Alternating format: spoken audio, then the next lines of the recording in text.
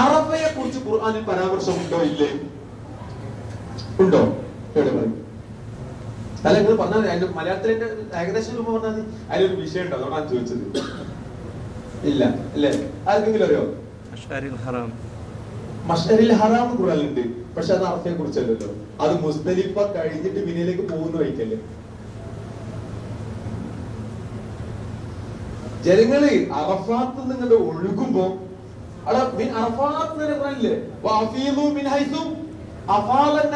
പറഞ്ഞില്ലേ? എന്താണ് അറഫാത്തിൽ നിങ്ങൾ വിരമിക്കുമ്പോ ജനങ്ങൾ ഒന്നായിട്ട് ഒഴുകുന്ന കൂട്ടത്തിൽ നിങ്ങൾ എന്ത് ചെയ്യണം? ശരിക്കും കാണാം. ആൾക്കാർ എന്ത് ചെയ്യണം? അറഫയിൽ നിന്നിട്ട് ഒഴുകലാണ്.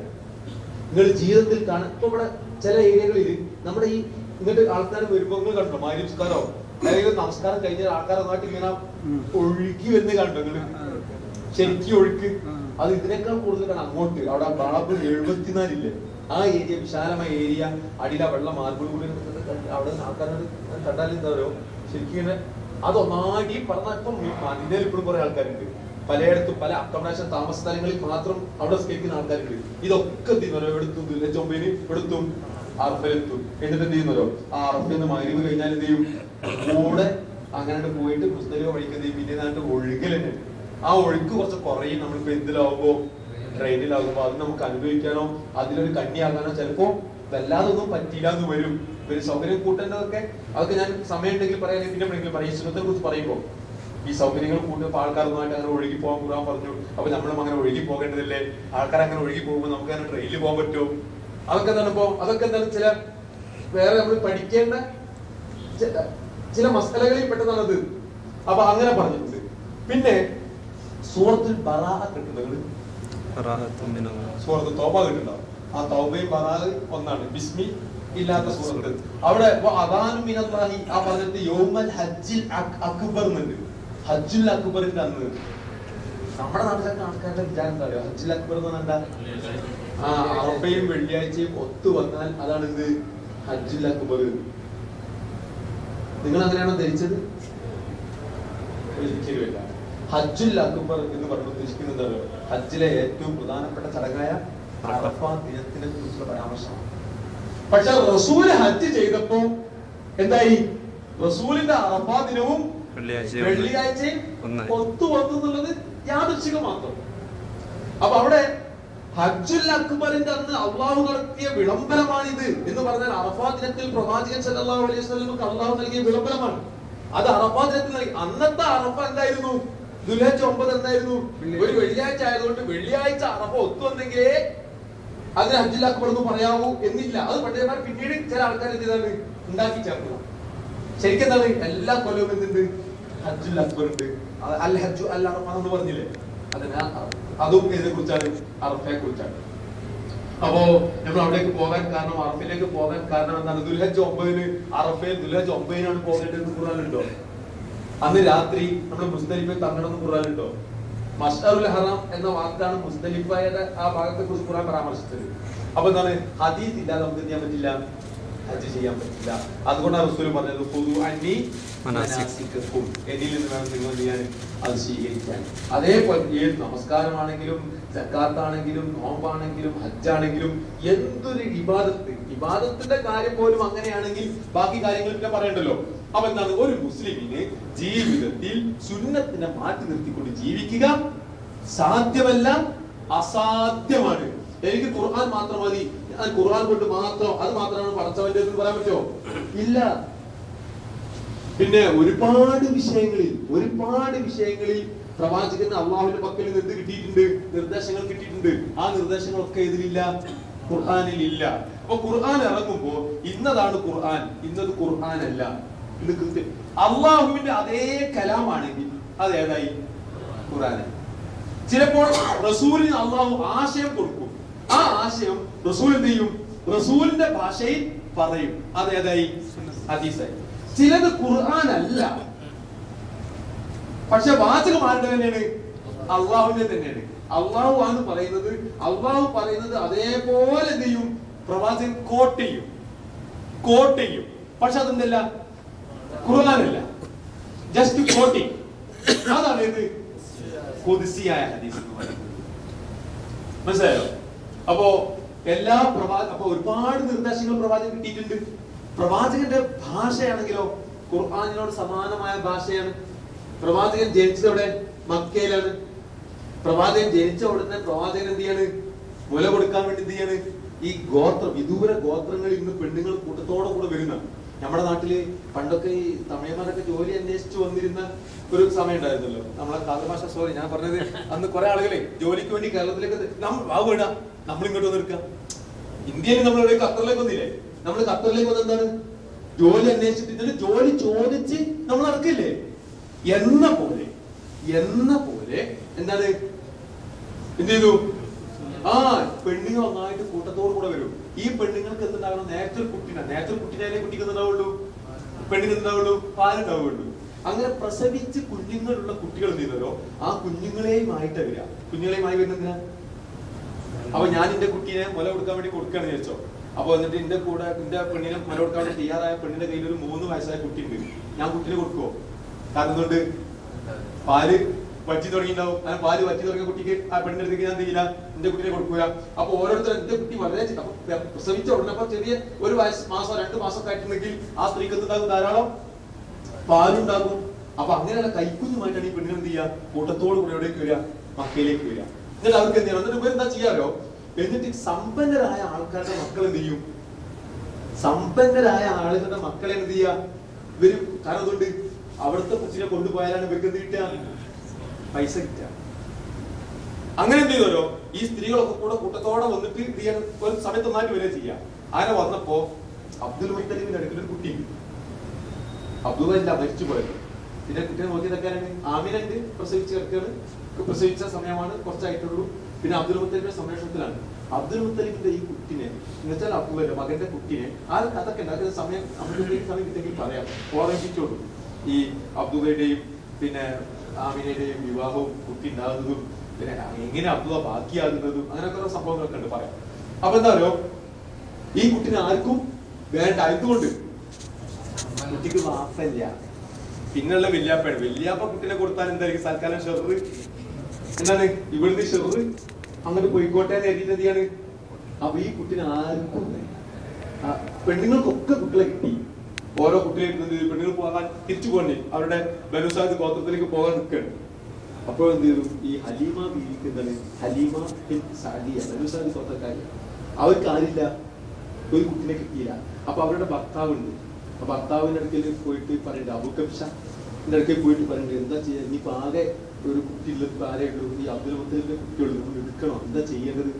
എല്ലാ കാശൊന്നും കിട്ടൂല. ഞാൻ ഏതായാലും കിട്ടിയില്ലല്ലോ, കുട്ടിനെ എടുത്തോ എന്ന് പറഞ്ഞിട്ട് ഭർത്താവ് സമ്മതിച്ചിട്ട് അവസാനം കിട്ടിയ കുട്ടിയുമായിട്ട് പോയതാണ് ഹലീമ. ഈ കുട്ടിയുമായി പോയി കഴിഞ്ഞപ്പോഴാണ് പിന്നെ ആ വീട്ടിലെന്ത് സമൃദ്ധിയോട് സമൃദ്ധി. ആ വീട്ടിലെ ആടുകൾക്കാണെങ്കിൽ ധാരാളം പാല്, അവിടുത്തെ കൃഷികളാണെങ്കിൽ ധാരാളം, ഇവർക്കാണെങ്കിൽ സമ്പത്തും അതൊക്കെ എന്ത് ചെയ്യാൻ അനുഗ്രഹങ്ങൾ എന്നിട്ട് ചൊരിയാൻ തുടങ്ങി. അങ്ങനെ റസൂൽ പിന്നെ 4 കൊല്ലം എവിടെയാണ്? അവിടെയാണ് കഴിഞ്ഞത്. പിന്നെ അതിനുശേഷമാണ് ഒരു സംഭവം ഉണ്ടാകുന്നത്. ആ ജബ്ബാർക്ക് അറിയാൻ സംഭവം എന്താണുള്ളത്. ജബ്ബാർക്ക് അങ്ങനെ കുറെ ആയിട്ട് ഇങ്ങനെ പറഞ്ഞു. അപ്പൊ റസൂലിന്റെ ഒരു മാറി പിളർന്ന ഒരു സംഭവം ഒക്കെ ഉണ്ടല്ലോ, അത് എപ്പോഴാണ് ജബ്ബാർക്ക് ഓർമ്മയായതെന്ന് എനിക്ക് സംശയമുണ്ട്.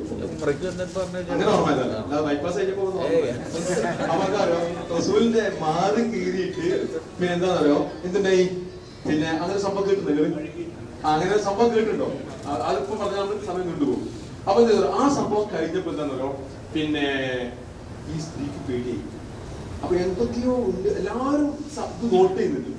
ഹലീമ ബീവിക്കാണെങ്കിൽ എന്താണ്? ധാരാളം പാല്, സ്വന്തം കുഞ്ഞിന് കൊടുക്കാനും പാല്, അതേപോലെ ഈ ഏറ്റെടുത്ത കുട്ടി കൊടുക്കാനും പാല്, വീട്ടിലാണെങ്കിൽ ആകെ എന്താണ്?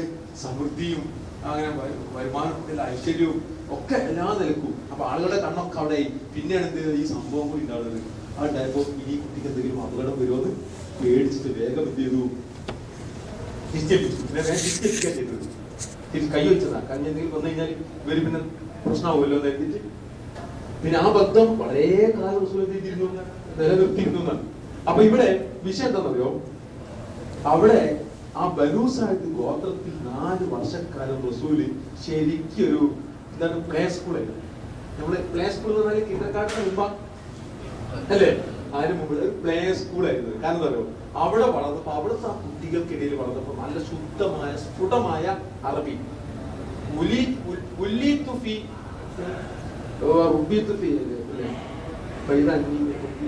അങ്ങനെ വാചകമുണ്ട്.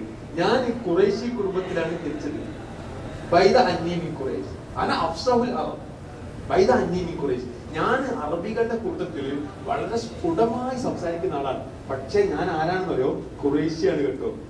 ആണ് ഖുറൈശിയ. പക്ഷെ എന്റെ ഭാഷ എന്താണ്? വളരെ സ്ഫുടമായ ഭാഷ. ആ ഭാഷ ആർക്കില്ല? ഖുറൈശികൾക്കില്ല. ഞാൻ ജനിച്ചത് പിന്നെ ഖുറൈശി കുടുംബത്തിലാണ്. ബനൂ സഅദ് ബിൻ ബക്കറിന്റെ ഗോത്രത്തിലാണ് ഞാൻ എന്ത് ചെയ്തത്? വളർന്നത്. ആ 4 കൊല്ലം. ആ 4 കൊല്ലത്തെ അവിടുത്തെ വളർച്ചയിൽ ശരിക്കും കിട്ടി റസൂലിന്റെ ഭാഷ. അതോടൊപ്പം ഈ വഹയും കൂടി ആയപ്പോ എന്ത് ചെയ്തു? ഈ ഖുർആന്റെ ഭാഷയും. അതുകൊണ്ട് വളരെ ചുരുങ്ങിയ ക്യാപ്സൂളാണ് റസൂലിന്റെ വാക്കുകൾ. ശ്രദ്ധിച്ചിട്ടോ?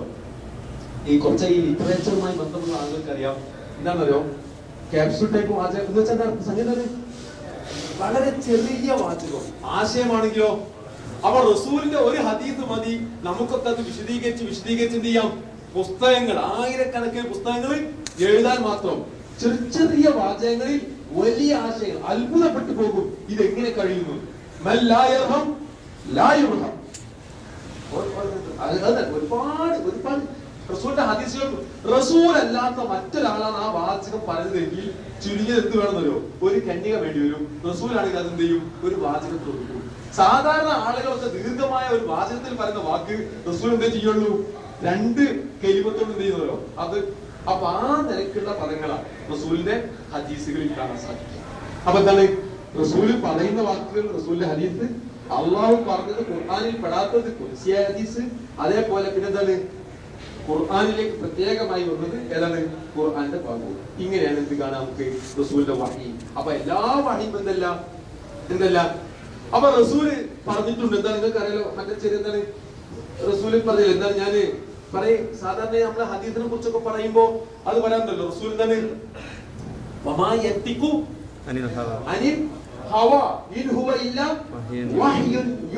എന്താണ്? പ്രവാചകൻ സ്വന്തം ഇച്ഛപ്രകാരം എന്ത് ചെയ്യില്ല? സംസാരിക്കില്ല.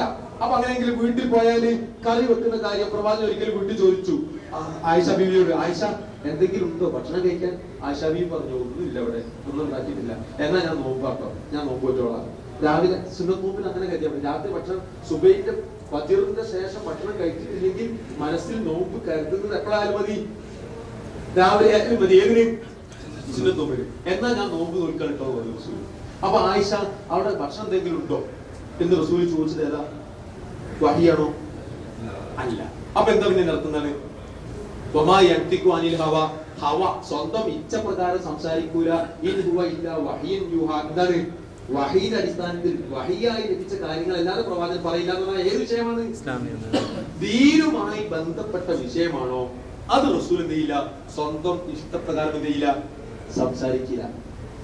നമുക്ക് പിന്നെ ഇത് എത്തുന്നോട്ട് എത്താം. ബാക്കി വേണമെങ്കിൽ നമുക്ക് എന്ത് ചെയ്യാം? ഞാൻ ഇതിന്റെ സംഭവത്തിന് വേണ്ടി പറയാം. ഒരിക്കലും എന്താ പറയുക, ഇത് കുറച്ച് ക്ലിയർ. ഏത്? അതങ്ങനെ പോന്നിട്ട് നമ്മുടെ ഇല്യാസ് ചോദ്യത്തിലേക്ക് ഇങ്ങനെ ആവുമ്പോ എത്തും, നമ്മൾ സമയം എത്തും. അപ്പൊ എന്താ പറയുക? എന്ത് റസൂൽ എന്താ സംസാരിക്കുള്ളൂ? വഹിയെ സംസാരിക്കൂ. വഹി അല്ലാതെ സംസാരിക്കുക എന്ന് പറഞ്ഞാല് സ്വന്തം ഭാര്യയോട് എന്തെങ്കിലും ഒരു കിന്നാര വർത്തമാനം ഭർത്താവല്ലേ പറയില്ലേ, തമാശ കളികളൊക്കെ ഉണ്ടാവൂലേ, അവിടെ വഹിയ പറയാ? വഹിയാണോ പറയാ? അല്ല. അവിടെ എന്താ സാധാരണ ഒരു മനുഷ്യൻ നിലയ്ക്ക് വീട്ടുകാര്യങ്ങൾ സംസാരിക്കുമ്പോ അവിടെ എന്താ സംസാരിക്കാം? സാധാരണ കാര്യങ്ങൾ സംസാരിക്കാം. അപ്പോൾ റസൂൽ വഹിയല്ലാതെ സ്വന്തം ഇച്ഛപ്രകാരം സംസാരിക്കില്ല എന്ന് പറഞ്ഞാൽ ഏതാണ്?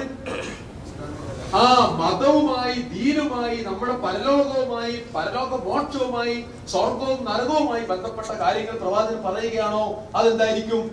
വഹിയായിരിക്കും. നിങ്ങൾ ഹൗല ബിൻത് തഅലബ എന്ന് പറയുന്ന പെണ്ണിനെ കുറിച്ച് കേട്ടോ? പാവറട്ടി ഭാഗത്ത് ഏതെങ്കിലും ഹൗല ഉണ്ടോ? നിങ്ങളുടെ ഹൗല കിട്ടിയാൽ ഏത് ഹൗല പറയും? ആരാണ് ഹൗല? ആരാണ്? എന്താണ്?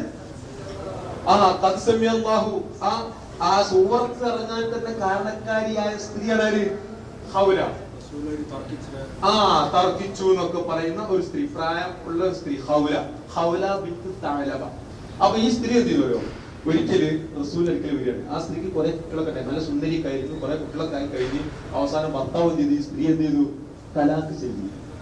തലാഖ് ചൊല്ലി കഴിഞ്ഞു. തലാഖ് സാധാരണ തലാഖല്ല, അറബികൾക്ക് ലിഹാർ എന്ന് പറയുന്ന തലാഖിന്റെ രൂപമുണ്ട്.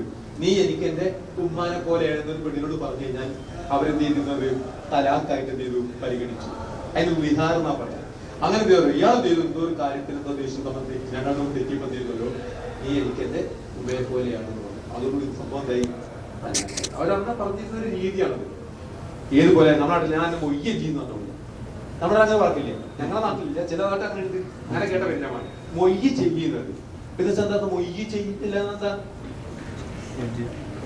അപ്പൊ എന്ന് വെച്ചാൽ മനസ്സിൽ ഉദ്ദേശം എന്താണ്, തലാഖാണ്. ആ ഉദ്ദേശം മനസ്സിൽ കരുതിക്കൊണ്ടാണ് ഏത് പറഞ്ഞത്, അൻതി അലയ്യ കലഹരി ഉമ്മി എന്ന് പറഞ്ഞത്.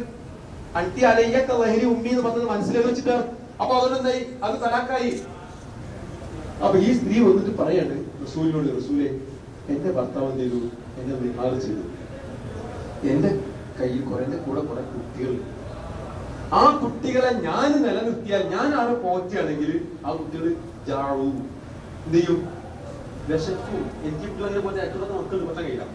ഈ കുട്ടികളെ ഞാൻ എന്റെ ഭർത്താവിന് വിട്ടു കൊടുത്താലോ എനിക്ക് അതിനേക്കുമായി എന്ത് നഷ്ടപ്പെടും, എന്റെ കുട്ടികൾ നഷ്ടപ്പെടും. ഒരു സ്ത്രീയുടെ നിസ്സഹായാവസ്ഥയാണത്. അയാളാണെങ്കിലോ എന്റെ സൗന്ദര്യം മുഴുവൻ എന്ത് ചെയ്തു, കുഴിറ്റി കുടിക്കുകയും ചെയ്തു. എന്ന് വെച്ചാൽ സൗന്ദര്യം കഴിഞ്ഞപ്പോ പ്രായമായി, ഇനി എന്റെ തേയില വേറൊരാള് കല്യാണം കഴിക്കുകയില്ല. അപ്പൊ എന്തായി, എന്റെ ഒരു ഗൗരവമുള്ള വിഷയം സ്ത്രീ പറഞ്ഞു, എന്റെ ഇനി ആര് എന്റെ കല്യാണം കഴിഞ്ഞു, കുറെ കുട്ടികളൊക്കെ ആയി കഴിഞ്ഞു, സൗന്ദര്യം പോയി, ഇനി എന്ത് ചെയ്യില്ല, ഒരാള് കല്യാണം കഴിക്കൂല, ഈ കുട്ടികളെ എനിക്ക് പോറ്റാൻ വകുപ്പില്ല, ഈ കുട്ടികളെ വിട്ടുകൊടുത്താലോ എനിക്ക് എന്താണ് നഷ്ടപ്പെടുകയും ചെയ്യും. അതുകൊണ്ട് ഈ വിഷയത്തിൽ ഈ ലിഹാർ, ഇയാളെ ദേഷ്യത്തിന് ലിഹാർ നൽകി ചെയ്തതാണ്. അതിനെന്തെങ്കിലും പോംവഴി കാണണം. സൂര്യതീതോരോ ഒരു മറുപടി പറഞ്ഞില്ല. എന്താ ചെയ്യാ, ലിഹാർ ചെയ്തു പോയില്ലേ, അത് തലാഖായിട്ടല്ലേ പരിഹരിച്ച, വേറെ നോക്കുന്നില്ല. പറ്റില്ല റസൂലെ, വിടൂല ഞാൻ. ഈ വിഷയത്തിൽ എന്ത് വേണം, ഒരു തീരുമാനം വേണം, തീരുമാനം ഉണ്ടാക്കിയിട്ടേ പറ്റുള്ളൂ. റസൂലോട് തീരുമാനം പറയോ, റസൂല് പറഞ്ഞു എനിക്കൊന്നും ചെയ്യാൻ കഴിയില്ല ഹൗല. ഇപ്പോൾ നിലവിലുള്ള പടച്ചവന്റെ വിധി അങ്ങനല്ലേ, നമ്മുടെ രീതിയും സമ്പ്രദായവും അങ്ങനെയല്ലേ. ലിഹാർ ചെയ്താൽ എന്താണത്, തലാഖല്ലേ. ലിഹാർ ചെയ്തു, അപ്പൊ ഇനി വേറൊരു നിവൃത്തിയില്ല, തലാഖല്ലാണ്. പിന്നെയും ഈ സ്ത്രീ അങ്ങനെ പറഞ്ഞാൽ പറ്റില്ല റസൂലേ. ഈ വിഷയത്തിൽ എന്ത് വേണം, ഇങ്ങനെ പുരുഷന്മാർ എന്ത് ചെയ്യാൻ പാടില്ല, സ്ത്രീകളെ ഒക്കെ ഉപയോഗപ്പെടുത്തി എല്ലാം കഴിഞ്ഞ അവസാനം ഈ സ്ത്രീകളെ നിരാലംബരായി ജീവിതത്തിന്റെ അവസാന കാലഘട്ടത്തിൽ കൈയൊഴിക്കുന്ന ഈ ഒരു പ്രവണതയ്ക്ക് എന്ത് വേണം, അവസാനം വേണം, ഒരു തീരുമാനം വേണം. വർത്തമാനമായ റസൂലുമായിട്ട് അങ്ങനെ റസൂലിന് ഒരു മറുപടി തരാൻ അപ്പോഴാണ് അള്ളാഹു ഈ വിഷയത്തിൽ തീരുമാനം ഉണ്ടാകുന്നതും.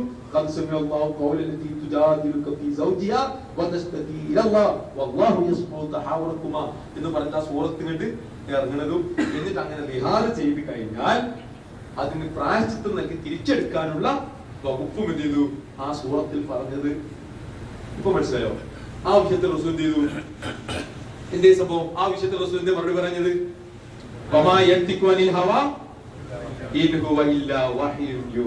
സ്വന്തം ഇച്ഛപ്രകാരം റസൂലിനെ പറ്റൂല, സംസാരിക്കാൻ പറ്റൂല. ഈ ഹൗലിനെ കുറിച്ച് സംഭവം കൂടി പറഞ്ഞ ഞാൻ ഒരിക്കലും മഹാനായ ഉമറുൽ ഫാറൂഖ് റളിയല്ലാഹു അൻഹു, അദ്ദേഹം ഖലീഫയാണ്. ഖലീഫയാകുമ്പോ അദ്ദേഹവും കുറെ ആൾക്കാർ കൂടി നടന്നു പോകുമ്പോ ഈ സ്ത്രീ എന്ത് ചെയ്തു, അപ്പോഴേക്കും എന്ത് ചെയ്തു, റസൂൽ ആ കാലത്ത് തന്നെ പ്രായമായിട്ടുണ്ട്, കുറച്ചൊക്കെ അത്യാവശ്യം പ്രായമായിട്ടുണ്ട്.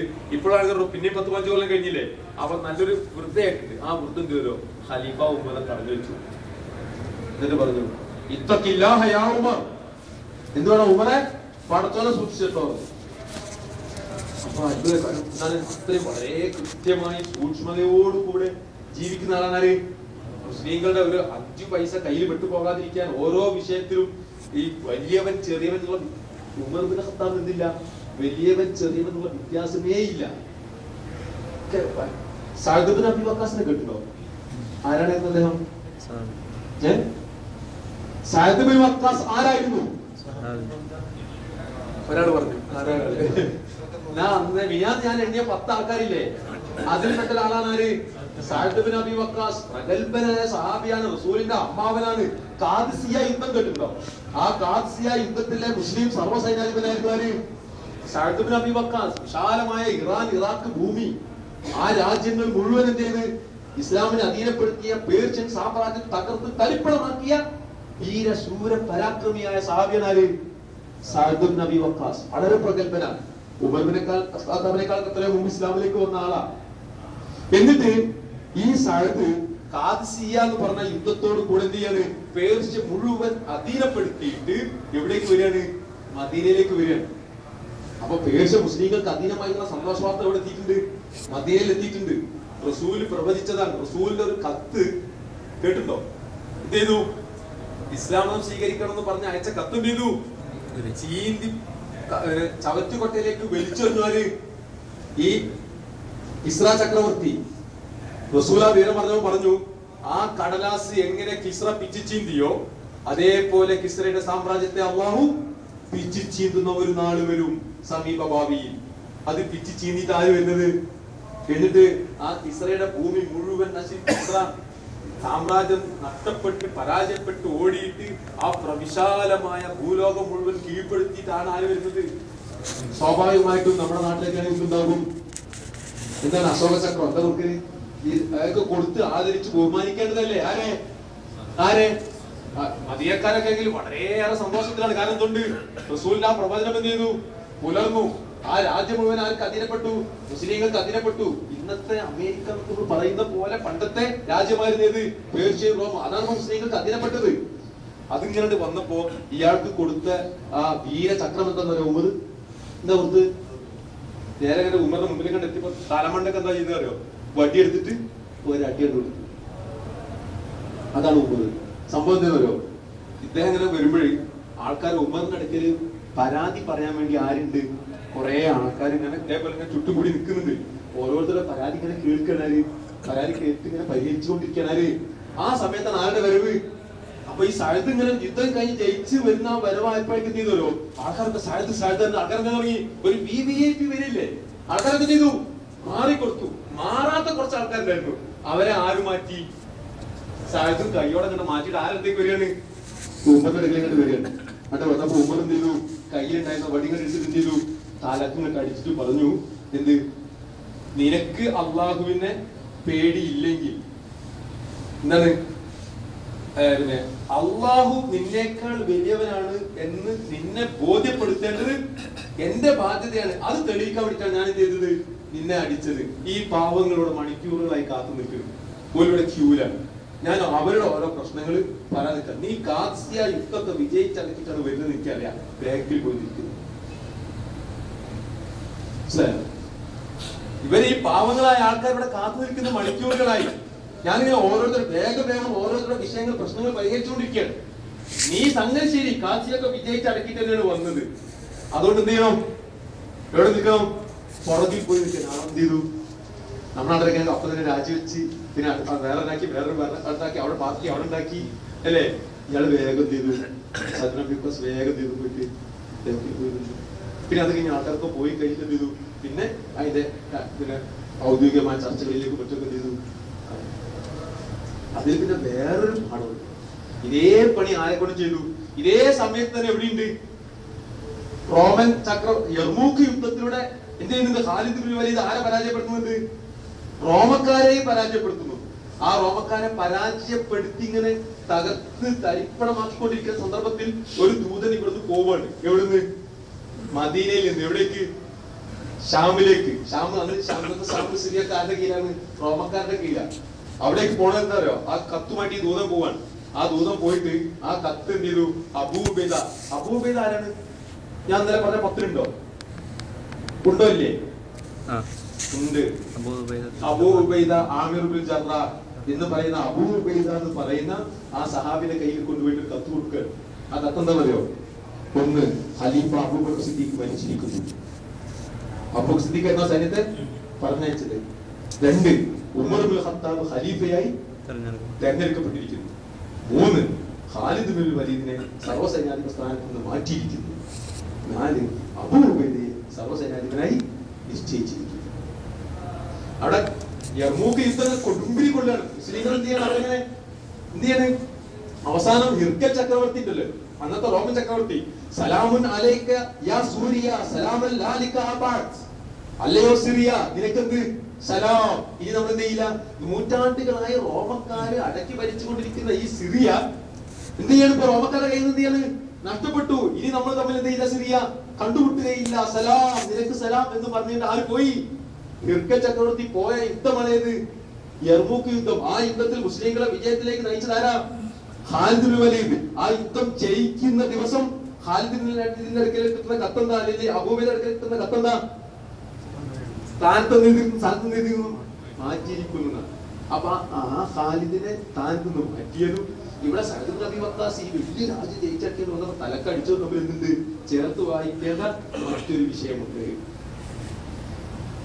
നമുക്ക് അറിയാൻ വേണ്ടി പറയാണ്, കഴിഞ്ഞ LDF ഭരണകാലത്ത് പിന്നെ എന്തുണ്ടായി, ഒരു സംഭവം മനസ്സിലാക്കാൻ വേണ്ടി മാത്രം എന്ത് ചെയ്തു, കുറെ വിഷയത്തിൽ നിയമസഭയിൽ തെളിങ്ങിയ ഒരു കോൺഗ്രസ് MLA ആയിരുന്നു ആര്, VD സതീശൻ.